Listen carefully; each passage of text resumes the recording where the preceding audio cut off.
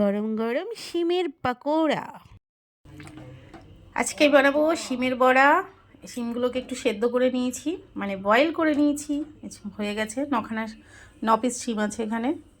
আর এদিকে নিয়েছি কাঁচা লঙ্কা, লবণ, হলুদ, একটুখানি চিনি স্বাদের জন্য, জিরের গুঁড়ো, কালো জিরে, লঙ্কার গুঁড়ো, লাল লঙ্কার গুঁড়ো ঝালটা, সুজি নিয়েছি বড় টেবিল চামচের 1 চামচ, আর 3 চামচ মতন বড় টেবিল চামচের মতন আমি ময়দা ভালো করে এটাকে মিশিয়ে নিই। লঙ্কাটা দিয়ে দিই, লঙ্কাটার মধ্যে এভাবে ভেঙে দেবো।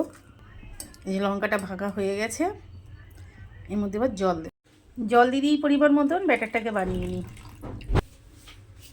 ভালো করে হাত দিয়ে মিশিয়ে নিই। এই যে আমার ব্যাটারটা রেডি হয়ে গেছে। এখানে আমি আরেকটু জল অ্যাড করেছি। এবার এর ভেতরে আমি শিমগুলো দিয়ে দিই, এক এক করে শিমগুলো এর মধ্যে দিয়ে দেবো।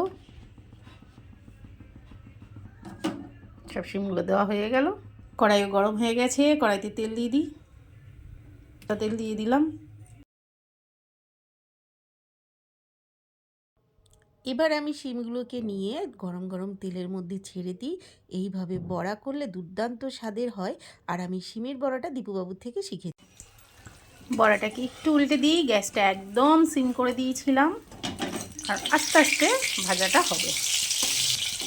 ময়দা আর সুজি দিয়ে বড়া করলে না, যেমন চালের গুঁড়ো দিয়ে বড়া করলে টেস্টি হয়, কুড়মুড়ে খাস্তা হয়, ক্রাঞ্চি হয়, এটাও ঠিক তেমনই হয়।